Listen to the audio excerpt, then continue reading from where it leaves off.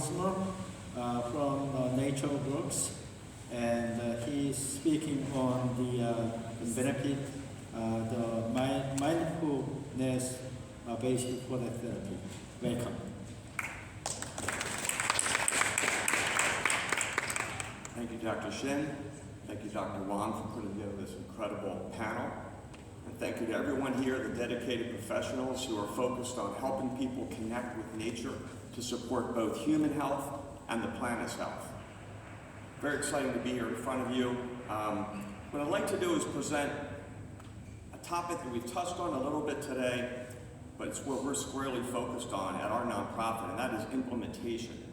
There's some great advances going on in research, in training, and in policy. And what we're doing at NatureWorks is we're actually bringing this modality to the public, both general population as well as targeted populations. And I'm going to present an overview of how we've applied our program.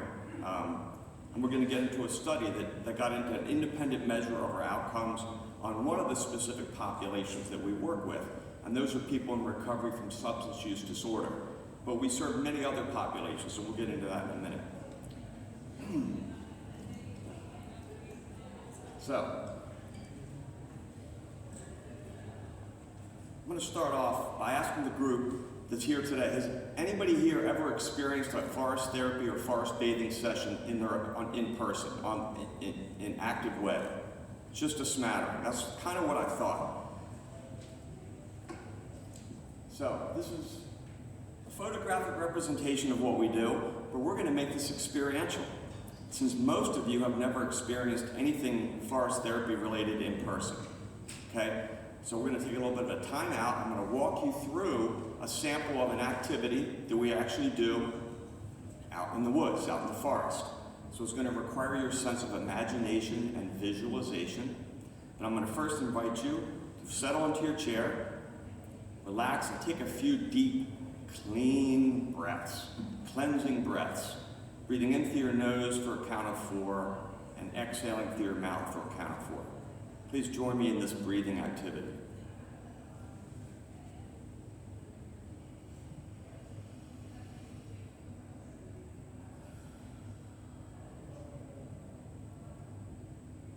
Now I invite you to close your eyes. So when you close your eyes, all kinds of amazing things happen. All of your other senses come to life. With your eyes closed, I want you to imagine you're standing in a deep green forest. The forest is filled with pine trees next to a pristine creek, and it's a beautiful spring day with a bluebird sky. That pine aroma from the trees floats by on a slight breeze, and the mist from the creek feels cool on your cheeks. I want you to reach down and pick up a broad leaf that fell from a nearby maple tree. Now imagine placing a problem that you have, that you're concerned about in your life. It could be anything, a relationship, a job, or a family problem. I want you to place that thing on your leaf. Place your problem on the leaf.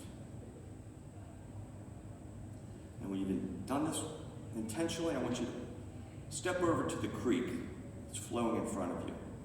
I want you to place your leaf with your problem on it into the stream and watch it float away until the leaf with your problem is out of sight. Now take another deep breath. Welcome to NatureWorks. That's a sample of what we do. You can open your eyes again. Thank you for participating. I noticed most of you had your eyes closed.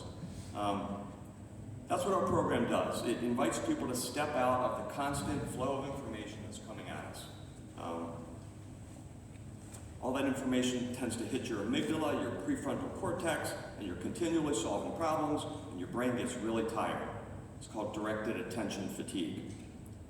What we do with people when we take them out is to use nature as an ally to become focused on the present moment. So all that incoming information that you're constantly problem solving for is not on your mind.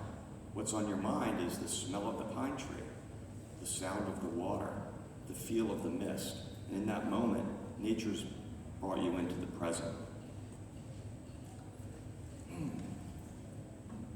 So we have a team of 20 trained guides. Many of them come from organizations we've talked about today. ANFT, Kripalu, the Mindful Ecotherapy Center, Tara Brock and Jack Cornfield, Mindful Meditation. Different backgrounds, we have counselors, we have naturalists, recreation therapists. All have one thing in common, and that's a passion for helping others connect with nature and with the natural, and they're helping others connect with nature as well. We work with a wide range of populations. We work with school-age children, all the way up to people in senior communities, diverse racial and socioeconomic backgrounds. And since 2019, we've had 3,500 people participate in our program. So that's implementation. That's what we're going to talk about today. We do surveys of all the people that take our sessions, and over 95% reported their mood was improved. And they learn ways that nature can support their well-being. So, we're going to get into our study. Our study focused solely on those that are in recovery from substance use disorder. We work with many other populations. We work with people who are corporate employees who are stressed out, healthcare workers who are stressed out.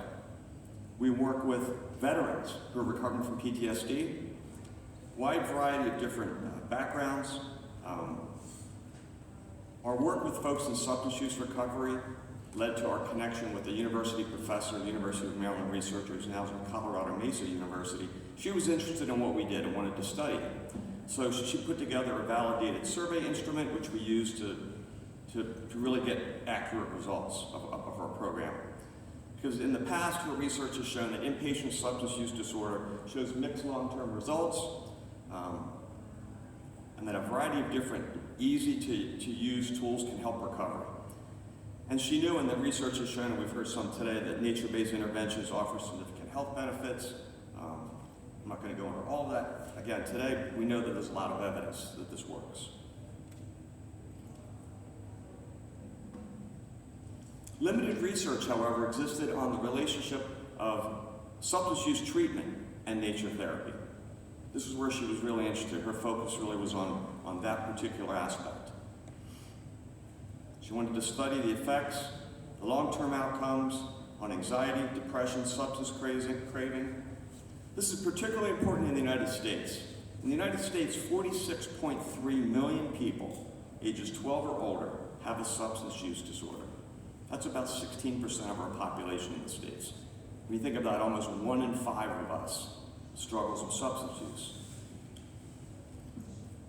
So the research questions: could nature work sessions reduce substance cravings, anxiety, and depression? Are nature-based therapies an effective supplement to inpatient treatment for long-term recovery? So our modality can be delivered anywhere. We believe nature is everywhere. You don't have to travel to nature. We've done nature works in an urban park less than an acre in size. So our modality was easy to deliver to this population.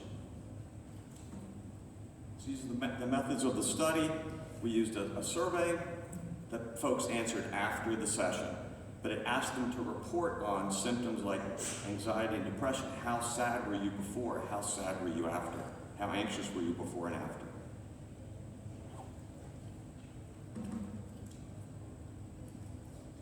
The intervention was a guided immersion in nature, 1 to 2 hours in length, depending on the client. We find the sweet spot's about 90 minutes typically for what we do. Our modality combines elements of mindfulness, meditation, and nature therapy, and our real goal is to activate the parasympathetic nervous system, which is the rest and relaxation part of your autonomic nervous system. And we do that through the experience that I showed you earlier, really to get you to focus on your senses. So our guides I mentioned are trained from a lot of different backgrounds. We do have our own handbook that has 75 different experiences that guides can curate and utilize, depending on the group that we work with. Our real goal is to help people see the natural world as an ally, right? A safe space they can access anywhere to feel more connected, more grounded, more centered.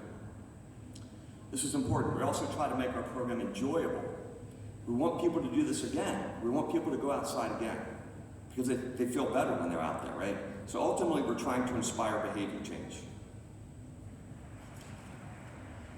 So 821 of our participants were involved in this study.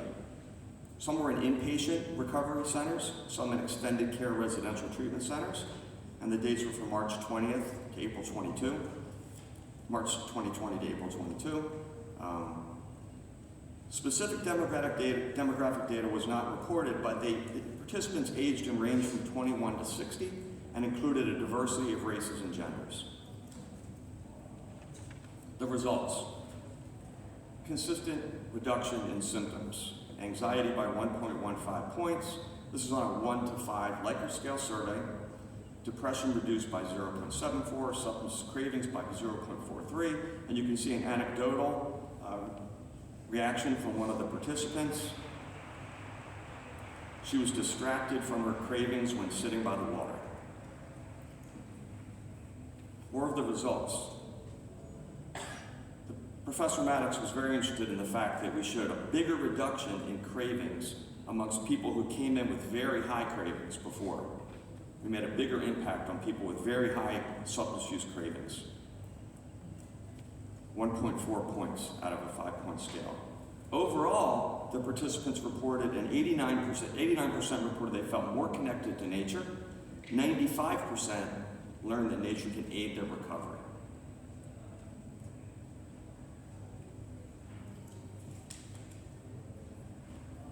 Conclusions. So on average, the participant reported reduced anxiety, depression, and cravings post-session. As I mentioned, the highest risk group saw the greatest craving reduction, and most participants recognized how nature can support their recovery, which indicates that NatureWorks could be a really important part of their self-help toolbox, which is really what we're trying to provide people with ultimately, is a self-care tool. We also feel that in addition to the reduction in symptoms, that self-reported learning and feelings of connection are really important as well. That almost that anecdotal feeling, if you will. So we get our funding from state and local grants, as well as corporate and foundation grants. Individual contributors also donate money to us. We also charge fees for service. We provide our services to corporations and other groups who hire us and pay us to do our work. That's the model that's worked for us. There's a lot of other models perhaps out there that might work. I know that there's a lot of research on how we can bring this to the market, if you will. We feel like what we've put together is a model that is repeatable, it's replicable. If in your community, you form an organization like ours and brought in trained professionals to do the work, it then becomes an outreach challenge. You need to reach partners, you need to start to provide programs and show that they work. But this is something that is repeatable and portable, we feel. So we look forward to continuing to collaborate with all of you and continuing this dialogue. The advancements are really exciting in this field. The science is there. The evidence is continuing to grow. There's a whole, thousands of people are trained in this. It's really a question of implementation, and we look forward to discovering new ways to move that forward as well. So with that,